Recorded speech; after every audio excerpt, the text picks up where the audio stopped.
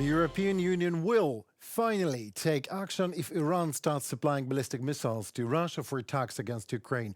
Russian espionage, propaganda and art at work. Russian war propaganda film demonstrated at Venice Film Festival. These topics are discussed in more detail in our weekly episode with me, Henry Keane, and UATV English, doing our best to bring the hard truth in easy terms for the whole free world directly from Ukraine. The European Union will finally take action if Iran starts supplying ballistic missiles to Russia for attacks against Ukraine. This was stated today during a briefing in Brussels by the EU Foreign Service spokesman, Peter Stano. The EU has been very open from the very first moment when we discovered that Iran was supplying drones to Russia that we would react.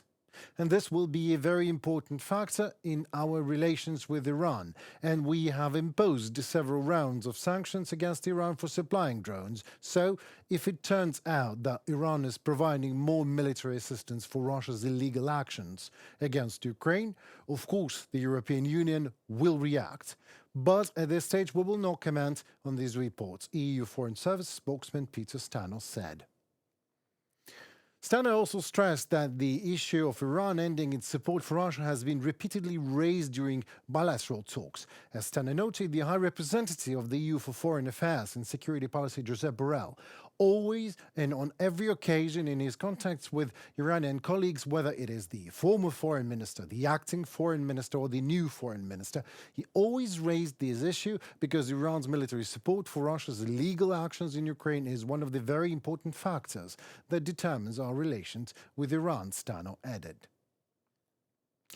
My question is, so did it help? Like raising the issue? Because as far as I heard, and it is reported that way, that Iran is preparing to transfer ballistic missiles to Russia anyway. Well, don't get me wrong, Peter Stano is right. Like strengthening ties with Russia while it is waging an aggressive war against Ukraine rounds counter to any country's goal in long run. For example, Serbia's declared goal of joining the European Union looks quite strange, if you ask me, as Serbian Deputy Prime Minister Alexander Vulin and Russian President Vladimir Putin meet in Vladivostok, and the Serbian official states that Serbia is Russia's ally. And I also understand what diplomacy is. All I want to know is where it ends and when actions are actually taken, not just raising an issue, but raising a hand and using a tool that will force Iran to stop supplying missiles to Russia, missiles that kill our children. As otherwise, with no action taken by Europe and the United States, Iran won't stop. It's a dictatorship. And it's billions of dollars, by the way, and Iran needs it to spend on its criminal aggression against Israel, amongst other terror deeds. And Russia needs the missiles and drones to continue its criminal aggression against Ukraine. So what do we have here but an alliance of two criminal aggressive dictatorships? And what is the point of again and again and again trying to talk sense to them? They won't listen. They do only two things: dictate their will upon us or not, if not allowed to. Russia is, of course, onwards with its disinformation campaigns in the EU and is seeking to sow discord in German society, for example, according to 277-page long report by the United States Federal Bureau of Investigation, FBI. It presents numerous Russian documents describing plans to win the hearts and minds of Europeans, end of quote, as Politico puts it.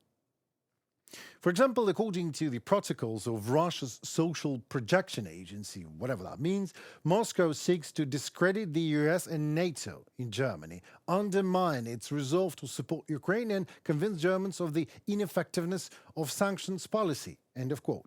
The FBI noted that the agency reports to Putin's first deputy chief of staff, Sergei Kiriyenko, and the goal of one of the ASP projects, work in the comments, is to elicit rational and emotional reactions in the audience related to the war in Ukraine and US policy. The plan was to leave up to 30,000 comments per month on social networks for the German audience with messages like, "Why do we need to help Ukraine?" or "What scoundrels the Americans are." Another document obtained by the German publication T-Online states that Russia, by all means, supports the right-wing populist party Alternative for Germany, creating their the image of martyrs who suffer for democracy and the national interests of Germany. Also, what Russia does is movies. And the world watches it thanks to Venice Film Festival that features propaganda film Russians at war shot in, why am I not surprised, occupied Ukraine. The Venice Film Festival's non-competition lineup continues with the screening of the documentary Russians at War by Anastasia Trofimova, who aims to portray Russian soldiers not as beasts, but as ordinary people. In the Russian media, soldiers are heroes, faceless mannequins, she says. In the Western media, they are all rapists and murderers. But how can you describe a person without ever talking to them, asks Trofimova. Well, I wonder, how could a world describe Nazis as murderers without ever talking to them? The bare fact that you, beast Trofimova, walked to the Ukrainian land, occupied Ukrainian land, and now claiming to question this senseless and traumatic war tells us quite clearly beast Trofimova has got Kremlin to confirm her visit to the front line, as we did not see even somewhat independent journalism on the occupied territories of Ukraine for all 2.5 years of this war. So you simply can't get there alive if you're not pro-Putin, that's it.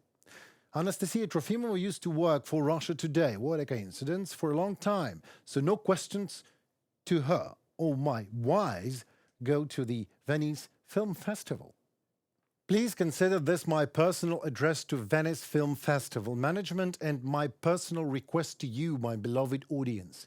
Please send this message to them if you can. Venice Film Festival might strike an artistic pose and say they never knew that director Trofimova was, is, and always will remain the Kremlin's propaganda tool. Well, that only makes the management a bunch of Philistines who don't care who shows what with their blind help, as long as someone speaks a language they understand.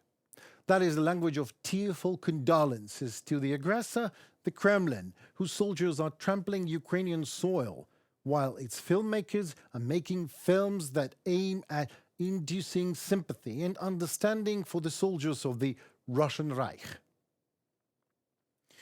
Well, to get rid of the veneer of cheap Kremlin gilding, one should just watch the news on Ukrainian television. Not on the politics or frontline statistics, no, but on children's death toll in Ukraine, murdered by Russian missiles daily. And if even after this, the managers of the Venice Film Festival can manage to stay so criminally naive and stupid as to think that it is necessary to let both sides to speak out, well, then this is only because their own children are not on a side where Russia kills them every day. That means in Ukraine. You will love this. Vladimir Putin said his main aim in Ukraine after 30 months of fighting was to capture the eastern Donbas area. The Russian offensive in February 2022 failed in its expansive goal to capture the Ukrainian capital, Kyiv, in the west, and Moscow has been unable to take full control of its supposedly annexed administrative regions of Luhansk and Donetsk in the geographical Donbas region. And recently, Putin claims the Ukrainian offensive in Russia Kursk region had, attention, no effect. So just a small piece of Russia just fell off the map. Kursk, who cares? This who cares, that is a new Putin's normal. Well, a reason of this new Putin's normality could be Ukraine has achieved a lot in its Kursk offensive into Russia, I wonder. The NATO Secretary General Jens Stoltenberg said, I quote, only the Ukrainians can make the difficult choices that are needed, such as where to deploy their forces and what type of warfare is appropriate in this situation. Stoltenberg emphasized that Ukraine had the right to self-defense, including having the opportunity to hit military targets on Russian territory. I'm glad, he said, that many NATO countries have given that opportunity, and those that still have restrictions have softened their restrictions so that Ukraine can defend itself. And one last thing on the topic. The Institute for the Study of War wrote this week in an assessment on the Kursk offensive. I quote, the wider impacts of the Ukrainian incursion into Kursk Oblast on the war and any envisioned diplomatic solution to the war are not yet clear. And any assessments of these impacts are premature. End of quote. Exactly. But just watch Putin to be explaining more very soon. Well, for now, I must say my goodbyes to you. Thanks for watching me, Henry Keenan, UATV English.